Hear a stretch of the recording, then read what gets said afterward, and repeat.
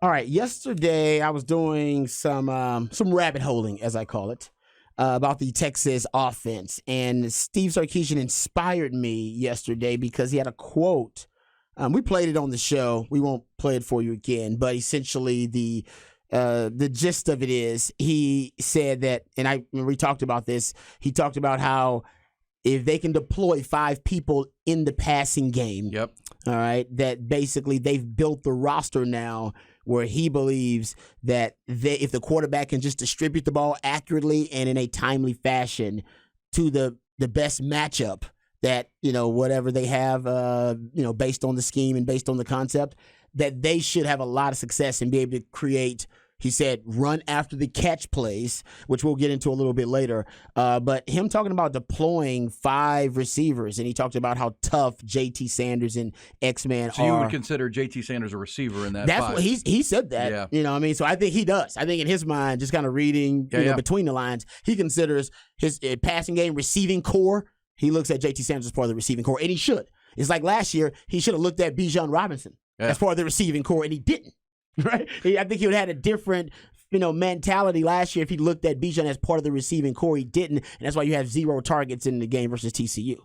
Yeah. Even though he says he does use his running backs in the passing game, and I think he does, but Bijan was special, just like J.T. Sanders is special. So treat them accordingly. But getting back to the point, I was inspired because he said about deploying 5 receivers, and it got me to thinking about empty formation, which is something I love. Heard you talk about this, yes, the empty formation. It's one of my favorite concepts in football. I truly believe it is probably the most stressful concept you could utilize and deploy against a defense, especially when you got a dual threat quarterback. Texas doesn't have that, but still, it's really, really effective. When the Rams won their not first Super Bowl, but the Super Bowl most recently with Sean McVay, when they played against the Bengals in the Super Bowl, both of those teams were 1 and 2, number 1 and number 2 in the NFL in using empty formation. And it was a concept that they really separated themselves from the rest of the league with. And even before that, my obsession with empty formation started with the Patriots. When they beat the Rams, ironically, in the Super Bowl, they did it. That one touchdown they scored was when they used empty formation with 22 personnel, 2 backs, 2 tight ends. And the Rams, it was a one thing Wade Phillips did not plan for. He couldn't. Because that season, only 11 times in all 16 games with all 32 teams had a team deployed 22 personnel and used empty formation with it. How the hell are you going to game plan for that when nobody in the NFL is doing it? The Patriots did it in that Super Bowl. It won them the Super Bowl. It's the only touchdown that was scored. So I became obsessed with it after that. I've been keeping up with it, actually, at Texas, too. And it got me thinking about how Texas did in empty formation last season. And I looked through my notes, and I went specifically to Quinn Ewers because he's the Texas quarterback now. So I didn't want to get deep into the weeds about what Hudson Card had done and what Quinn Ewers did really before the injury. So I went post-injury. Oklahoma game is where I started, right? That's when he comes back from the injury. And I wanted to look at how he had, performed in empty formation since that point. And that was 8 games, ended up being 8 total games. Oklahoma, Iowa State, Oklahoma State, K-State, TCU, Baylor, Kansas, and then the Washington game. And here are the numbers that I found. And they actually were consistent with the empty formation numbers and stats I've been keeping up with for the last 2 or 3 years.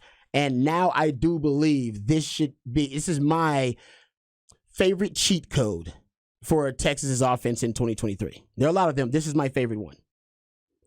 He is completing 62% of his passes out of empty formation, which is not stellar. That's okay. That can improve. All right? That will improve because I think he'll get more comfortable with it. But when you look at first down rate, and it's the beauty of empty formation, it stresses the defense. They cannot utilize pre-snap shell looks and disguises because you got to get to your alignment and your assignment, and you better get there quickly. Because if not, then you're gonna have a free receiver running wild and running open in your secondary somewhere. So usually everybody gets right to their assignment, and there's no pre-snap shell disguise, which cleans every lookup, cleans up the pre-snap read for the quarterback. All he knows is, all right, all he sees is matchups, and then he knows my guy can beat that guy based on the film study and based on the preparation. So if you look at first down rate, we're just looking at the rate that you get a first down or achieve a first down within empty formation with Quinn Ewers in that time span, 41% first down rate. When I looked at first down and touchdown rate, combine the two, you're at a 44% first down and touchdown rate. When I looked at explosive play rate out of empty in that time span, you're at 20% of your plays were explosive plays. That's a play of at least 15 yards in the passing game, at least 10 yards in the running game. And yards per play, you're at 7.7, which is not bad, but it's the explosive play factor. Your first down and touchdown rate, if you include rushes too, because there was one rush by Quinn Ewers for 12 yards, and it's easy to rush out of empty formation because teams are so stressed, they're maxed out in terms of their matchups. They usually keep a safety deep just in case. Nobody wants to be in zero coverage, so just in case somebody breaks free, breaks a tackle, somebody slips, there's usually a safety back there, and then you have your rushers, maybe 4 of those guys. By the time you end up adding up all the numbers, there's really not a lot of margin for error for the defense. And they don't have enough numbers to put a spy on the quarterback as well. That's why Sam Ehlinger was deadly out of empty formation. Yeah. Oh, he was deadly. I'll give you some of those numbers later on. But for Quinn Ewers, you go look at it, if you include the rush, you're at 46% first down or touchdown rate out of empty formation with Quinn Ewers. And here's the beautiful thing. You'll love this. So versus Washington, the last game was his best game out of empty formation. He was 7 of 8. So you're talking about 87% completion percentage.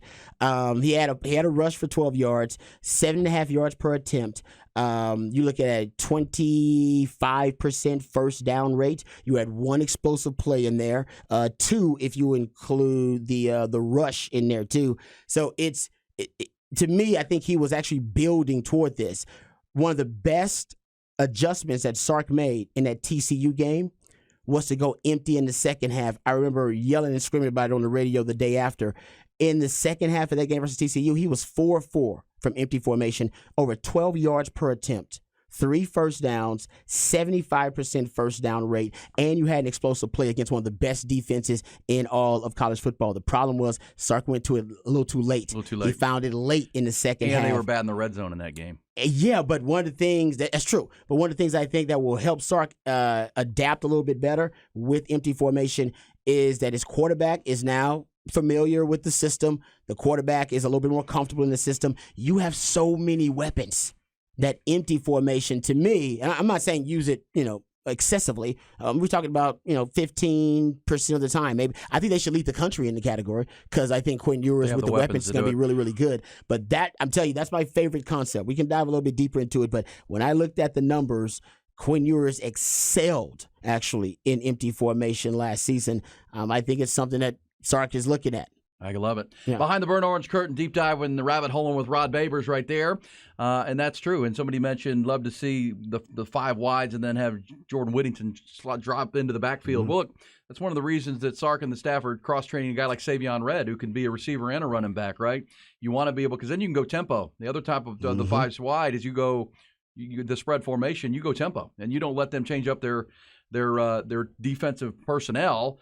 And then, you can run a running back in there like Savion Red, who also is a receiver, or a Jordan Whittington, and you can hand the ball off. And it really can stress a defense. Exactly. I love that, too. When you've got weapons the likes of Xavier Worthy and A.D. Mitchell and Isaiah Nayer and Jatavion Sanders. And defense's worst nightmare. And I want to ask you this when we come back. I mean, think about it, because I do think that's one of the reasons that Brock Purdy had such great success when he took over in San Francisco, is he essentially was a point guard to all the weapons. Right? I mean, that's what you can be. Your quarterback just has to make the right read. You ain't got to overthink it. Get it to Debo when it's time for Debo. When the defense tells you George Kittle's the mismatch, that's where you go. Christian McCaffrey's the matchup. Christian McCaffrey's your mismatch. It goes there. If it's Brandon Ayuk, you go there. Yep. And Brock Purdy did a great job of being the point guard. That's really all Quinn Ewers needs to do a lot of times in this offense.